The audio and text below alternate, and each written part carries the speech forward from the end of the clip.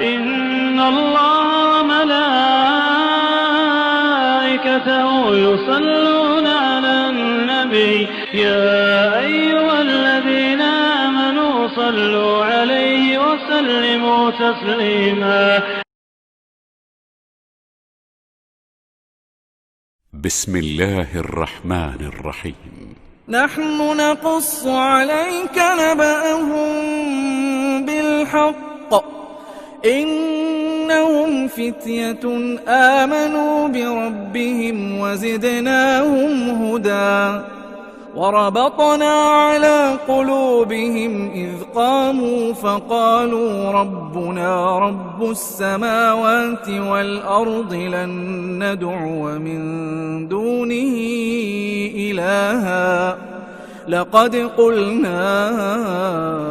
إذا شططا هؤلاء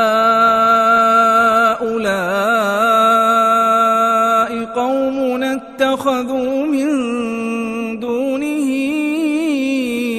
آلهة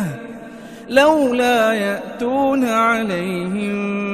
بسلطان بين فمن أظلم ممن افترى على الله كذبا وَإِذَا اعْتَزَلْتُمُوهُمْ وَمَا يَعْبُدُونَ إِلَّا اللَّهَ فَأْوُوا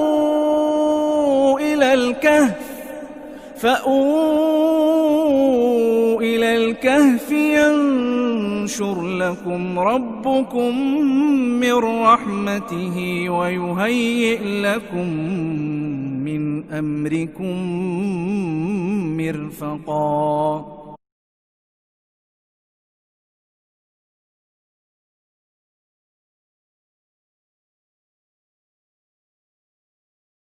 رب اشرح لي صدري ويسر لي أمري واحلل عقدة من لساني يفقهوا قولي.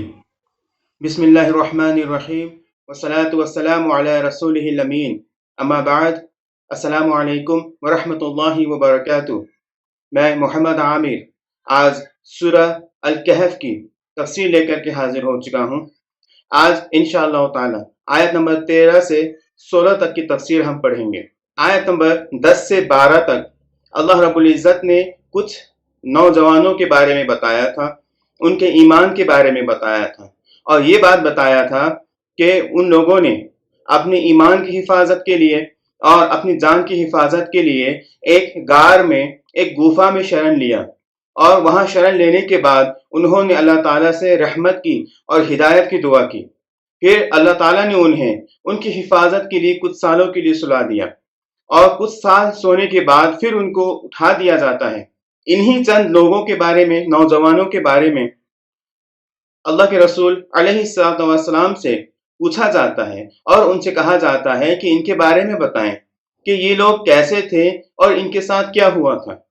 یہ ایک ایسی کہانی تھی جو لوگوں کے درمیان بہت مشہور تھی اور ہر کوئی اس کے بارے میں جانتا تھا،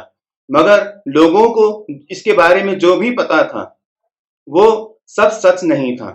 بہت ساری باتیں اس میں غلط ملائی ہوئی تھیں، مکس کی گئی تھیں. انہی لوگوں کے بارے میں اللہ کے رسول علیہ السلام سے سوال کیا گیا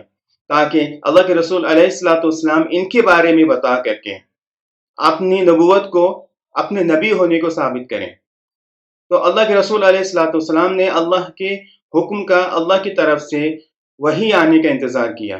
اور اللہ تعالیٰ نے یہاں اس سورہ کو نازل کر کے اور ان چند آیتوں کو نازل فرما کر کے اللہ کے رسول علیہ السلام اور قیامت تک کے لیے تمام لوگوں کو ان کے بارے میں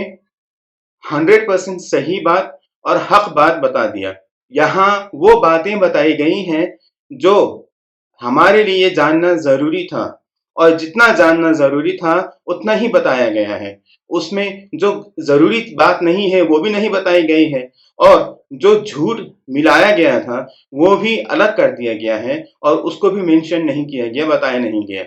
اللہ رب العزت کا کہنا ہے نحن نقص علیک نبأہم بالحق. یہاں اللہ اپنے رسول علیہ السلام سے کہہ رہا ہے اور ان کو یہ بات بتا رہا ہے کہ ان کے بارے میں اب ہم ہی آپ کو سچ بات بتانے والے ہیں. اللہ کے رسول علیہ السلام سے جو سوال کیا گیا تھا اس کے جواب میں جو یہ آیت آ رہی ہے اس آیت میں سب سے پہلی بات یہ بتائی گئی کہ اب ہم جو بھی بتائیں گے وہ 100% صحیح ہوگی اور اس میں جھوٹ کا کوئی بھی شائبہ نہیں نظر آئے گا، اور جتنا حصہ ہم لوگوں کے ایمان کے لیے ضرورت ہے اتنا ہی بتایا جائے گا، اس سے زیادہ کی بحث یہاں نہیں کی جائے گی۔ اسی لیے یہ کہا گیا ہے بالحق، حق کے ساتھ، سچائی کے ساتھ، اور جتنا بتا دینا حق ہے، جتنا جاننا ہمارا حق ہے، ہمارے ایمان کے لیے حق ہے، اتنا اللہ تعالیٰ یہاں ہم لوگوں کو بتا دے گا، اور جو بھی بات بتائے گا وہ سچائی پر مبنی ہوگا۔ انہم فتیۃ آمنوا بربہم وزدناہم ھدی، یقیناً وہ کچھ نوجوان تھے جنہوں نے اپنے رب کے اوپر ایمان لایا تھا، وزدناہم ھدی، اور ہم نے ان کی ہدایت کو اور بڑھا دیا، یعنی کہ جتنا زیادہ ہم اللہ کی عبادت کریں گے، جتنا زیادہ ہم اللہ کی باتوں کو مانیں گے، اللہ کے سامنے اپنے سر کو جھکائیں گے اور خود کو اللہ کا بندہ مان کر کے اپنی زندگی کو گزاریں گے، اور جتنا زیادہ اللہ کو خوش کرنے کی کوشش ہم کریں گے اتنا زیادہ اللہ تعالیٰ ہمارے ایمان میں اضافہ کرتا ہے۔ اسی بات کی طرف یہاں اشارہ کیا گیا ہے کہ وہ چند نوجوان تھے، وہ کچھ نوجوان تھے جنہوں نے اپنے رب کے اوپر ایمان لایا تھا اور اپنے رب کے مطابق ہی اپنی زندگی گزارتے تھے۔ اس وجہ سے اللہ تعالیٰ نے ان کی ہدایت کو اور بڑھا دیا، اس میں اور اضافہ کر دیا۔ آیت نمبر 14 میں اللہ تعالیٰ نے فرمایا وَرَبَطْنَا عَلَىٰ قُلُوبِهِمْ إِذْ قَامُوا فَقَالُوا رَبُّنَا رَبُّ السَّمَاوَاتِ وَالْأَرْضِ لَن نَّدْعُوَ مِن دُونِهِ إِلَٰهًا۔ اب یہاں اللہ رب العزت نے ایک منظر کشی کی ہے، یہاں یہ بتایا ہے کہ جب ان کی پیشی ہوتی ہے، جب ان کو راجا کے سامنے میں، اس وقت جو بادشاہ ہوتا ہے اس کے سامنے میں پیش کیا جاتا ہے، کیونکہ انہوں نے اس بادشاہ کے دھرم کو، اس بادشاہ کے دین کو چھوڑ کر کے اللہ کی باتوں کو مان لیا تھا اور مورتی پوجا کو چھوڑ دیا تھا، اور اللہ کے علاوہ باقی تمام جو بھی عبادتیں ہوتی تھیں، تمام عبادتوں کو اور تمام باتوں کو، تمام تر شرک کو انہوں نے چھوڑ دیا تھا، جو بات بادشاہ کو بہت بری لگی تھی۔ اسی لیے اس بادشاہ نے ان لوگوں کو اپنے سامنے حاضر کیا،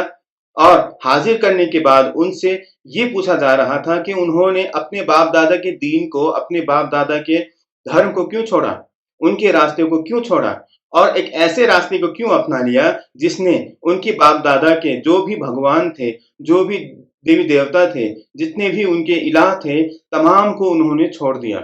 اور صرف ایک کو پکڑ لیا، یعنی کہ اللہ کو، اور صرف ان کی عبادت کرتے ہیں، اور ان کے علاوہ تمام کی عبادتوں کو وہ لوگ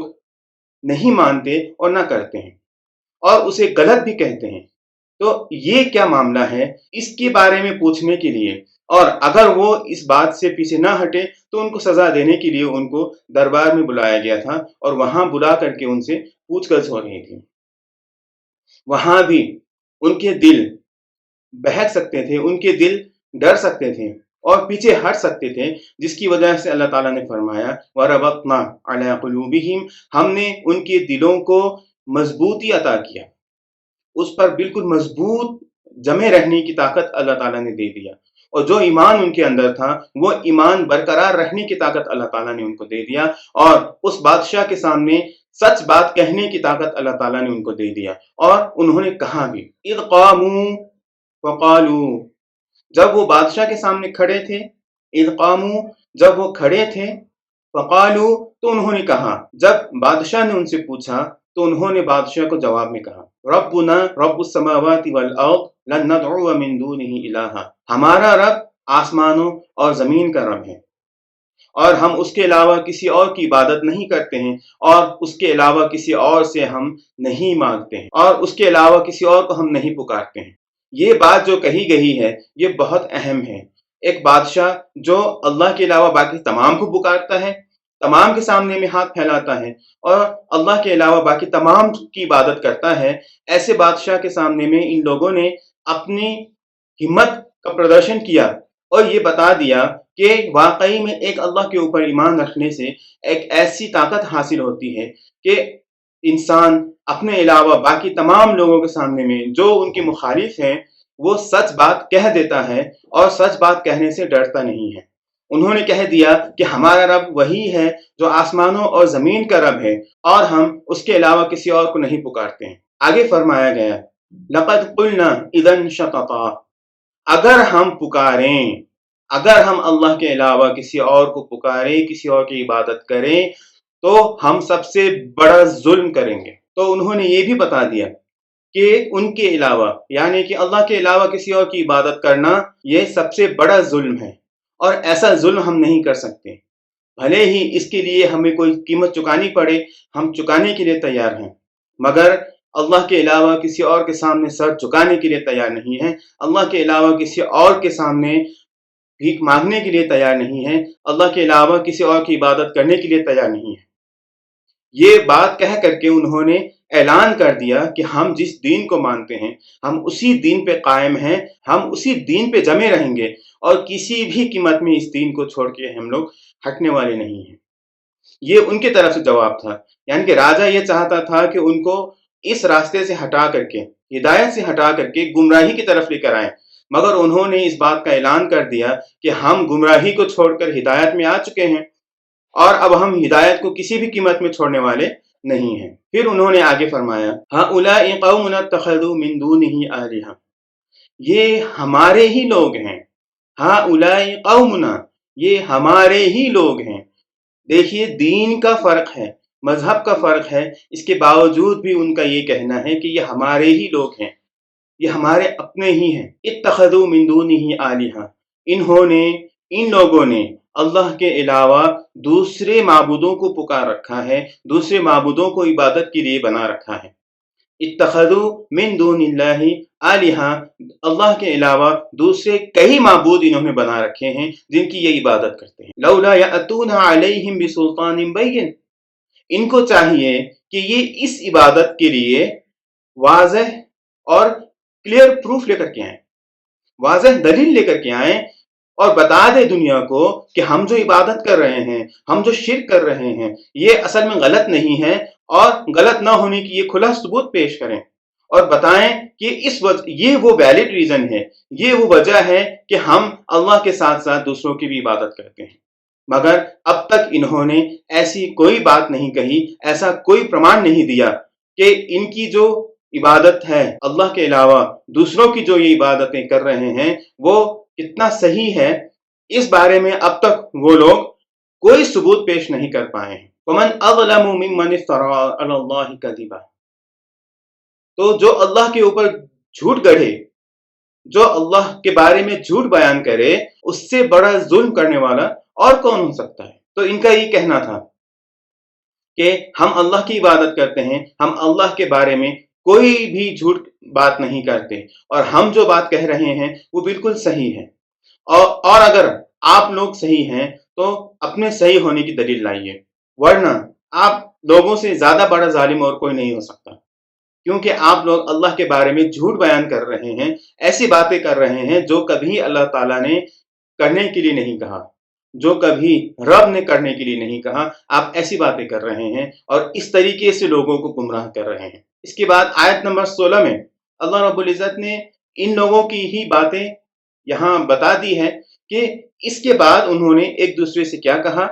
پھر انہوں نے آگے کیا کیا۔ کہا جاتا ہے وَإِذْ اعْتَزَلْتُمُوهُمْ، اب جب کہ تم لوگ ان کو چھوڑ چکے ہو،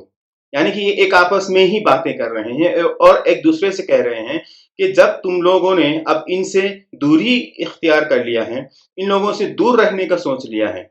ان سے الگ رہنے کا سوچ لیا ہے، وَمَا يَعْبُدُونَ إِلَّا اللَّهِ، اور یہ لوگ اللہ کے علاوہ جن لوگوں کی عبادتیں کرتے ہیں، جن چیزوں کی عبادتیں کرتے ہیں، ان تمام چیزوں سے اور تمام لوگوں سے تم لوگوں نے الگ رہنے کا سوچ لیا ہے۔ تو اب تم لوگوں کے لیے ضروری ہے کہ تم لوگ اپنے ایمان کی حفاظت کے لیے اور اپنے خود کی حفاظت کے لیے فَأْوُوا إِلَى الْكَهْفِ، گوفا میں شرن لے لو، یعنی کہ اب بچ کے بھاگنے کی نوبت آ گئی ہے۔ اب راجا اور اس کے ماننے والے اور اس دھرم کو ماننے والے لوگ ان کی جان کے پیچھے پڑ گئے اور کسی بھی قیمت میں ان کو ختم کر دینے کی کوشش کر رہے ہیں، اور اب ان کے لیے یہ ضروری ہو جاتا ہے کہ یہ لوگ اپنی جان کی حفاظت کے لیے اور اپنے ایمان کی حفاظت کے لیے جا کر کے کہیں چھپ جائیں اور کچھ وقت کے لیے انڈر گراؤنڈ ہو جائیں اور ان لوگوں سے چھپے رہیں، ورنہ اگر ان لوگوں نے پکڑ لیا تو انجام ایک ہی ہونا تھا کہ یہ لوگ جان سے مار دیں گے۔ تو اس انجام سے بچنے کے لیے ان لوگوں نے مشورہ کیا اور گفا میں جا کر کے شرن لینے کی بات پر سبھی لوگ راضی ہو گئے. یعنی کہ یہ لوگ ایک نتیجے پہ پہنچ جاتے ہیں کہ گفا میں جائیں گے اور وہاں شرن لے لیں گے. تو ینشر لکم ربکم من رحمتہ، تو ان لوگوں نے ایک دوسرے سے کہا کہ اگر تم لوگ ایسا کرو گے، گفا میں جا کر کے شرن لے لو گے، تو تم لوگوں کا رب تم لوگوں کے اوپر اپنی رحمت برسائے گا، تم لوگوں کو اپنی رحمت عطا کرے گا. وَيُحَيِّئْ لَكُم مِّنْ أَمْرِكُم مِّرْفَقًا، اور تم لوگوں کے معاملات کو آسان بنا دے گا. پہلی بات یہ ہے کہ جب وہ لوگ شرن لیں گے تو گفا کے اندر شرن لینے کا مطلب یہ ہوگا کہ وہ لوگ اللہ کی شرن میں چلے جائیں گے اور صرف اللہ کی عبادت کرنے کی وجہ سے ان کو جو پریشانیاں پیش آئیں اس سے بچ کر کے وہ لوگ شرن لے رہے ہیں، تاکہ اسی یقین کو، اسی آستھا کو وہ لوگ برقرار رکھ سکیں. انہوں نے ایسا نہیں کیا کہ لوگوں سے ڈر کر کے وہ لوگ اپنے ہی دین سے اور اپنے ہی مذہب سے پھر گئے ہوں، بلکہ اس دین اور اس مذہب کی حفاظت کے لیے ان لوگوں نے شرن لیا. تو اس کا لازمی نتیجہ یہ ہوگا کہ ان کا رب اللہ ان پر رحمت برسائے گا، ان کی حفاظت کرے گا اور ان کے لیے معاملات کو آسان کرے گا. تو یہ 4 آیتیں تھیں جس کے بارے میں آج ہم نے پڑھا، اور اس میں ان نوجوانوں کے بارے میں پڑھا، اور ہم لوگوں کو یہ بات جاننے کو ملی کہ اللہ رب العزت کے اوپر ایمان رکھنا اور اللہ کے دین پر چلنا آسان نہیں ہے. اس کے لیے قربانیاں دینی پڑتی ہیں. اس کے لیے ہم لوگ یہ ثابت کرنا پڑتا ہے کہ واقعی میں ہم اللہ کو ماننے والے ہیں، اللہ کے دین کے ماننے والے ہیں، اور ہمارے اوپر آزمائشیں آتی ہیں یہ دیکھنے کے لیے کہ واقعی میں ہم اللہ کے دین کے ماننے والے ہیں یا نہیں، اور اللہ کے ماننے والے ہیں کہ نہیں. یہ اللہ کی ذمہ داری ہے کہ وہ ہم سے کس طریقے سے آزمائشیں لیتا ہے، کس طریقے سے ہم لوگوں کو آزماتا ہے. اللہ کے رسول علیہ الصلوۃ والسلام نے فرمایا ہے کہ آزمائش کے لیے دعا نہ کرنا، یعنی کہ ہماری آزمائش ہو ایسی دعا کبھی بھی نہیں کرنا چاہیے. مگر اگر کبھی بھی ہماری آزمائش ہوتی ہے تو ہمیں چاہیے کہ ہم اللہ ہی سے مدد مانگیں اور اللہ ہی سے گر گرا کر کے مانگیں، صبر مانگیں، اور اسی طریقے سے آزمائش میں کھرا اترنے کی جو ہے اللہ سے دعا کریں، کیونکہ آزمائش جس نے دیا ہے اس میں پار بھی وہی لگائے گا، اور جو آزمائش لے رہا ہے مدد بھی وہی کرے گا، اور وہی ہمیں بتائے گا کہ کس طریقے سے اس آزمائش میں کھرا اترنا ہے اور کس طریقے سے ہم لوگوں کو اللہ تعالیٰ کی آزمائش کو صحیح طریقے سے پورا کرنا ہے. اسی لیے اللہ تعالیٰ سے دعا ہے کہ جب کبھی بھی اللہ تعالیٰ کی آزمائش ہمارے اوپر آئے اور ہمیں آزمایا جائے تو ہم صبر کے ساتھ اللہ کی آزمائش کا سامنا کریں اور اللہ تعالیٰ سے دعا کریں کہ اس آزمائش میں اللہ تعالیٰ ہمیں کامیاب بنائے، اور اللہ تعالیٰ سے اپنے گناہوں کی معافی بھی مانگنی چاہیے. کیونکہ اگر اللہ تعالیٰ نے ہمیں آزمانے کی جگہ ہمارے گناہوں کی پاداش میں ہم لوگوں کو سزا دیا ہو تو پھر وہ اس کا انجام بہت برا ہوتا ہے. اسی لیے وقت رہتے ہی اپنے گناہوں کی معافی مانگ لینی چاہیے اور اللہ تعالیٰ سے دعا کرنا چاہیے کہ اے اللہ، ہم آگے اللہ کی نافرمانی نہ کریں، ایسی طاقت ہمیں عطا کر. اور اسی کے ساتھ ساتھ اپنے اندر مضبوط ارادہ بھی رکھنا چاہیے کہ ہم کسی بھی صورت میں، کسی بھی حالت میں خود سے اللہ تعالیٰ کی نافرمانی نہ ہو، ایسی کوشش کریں. اور اللہ تعالیٰ سے اس کے لیے بھی دعا کرنا چاہیے. ہر ایک چیز میں ہمیں اللہ کی مدد کی ضرورت ہے، ہم اللہ کے محتاج ہیں. اگر اللہ کی مدد نہ ہو اور اگر اللہ کا سہارا نہ ہو تو پھر ہم کسی بھی چیز میں کامیاب نہیں ہو سکتے ہیں، چاہے وہ دنیاوی معاملات ہو یا آخرت سے تعلق رکھنے والے معاملات ہوں. اللہ تعالیٰ سے دعا ہے کہ اللہ تعالیٰ ہمیں ان آیتوں کو پڑھنے، سمجھنے اور اس کے مطابق عمل کرنے کی توفیق عطا فرمائے. وآخر دعوانا ان الحمد للہ رب العالمین. السلام علیکم ورحمۃ اللہ وبرکاتہ.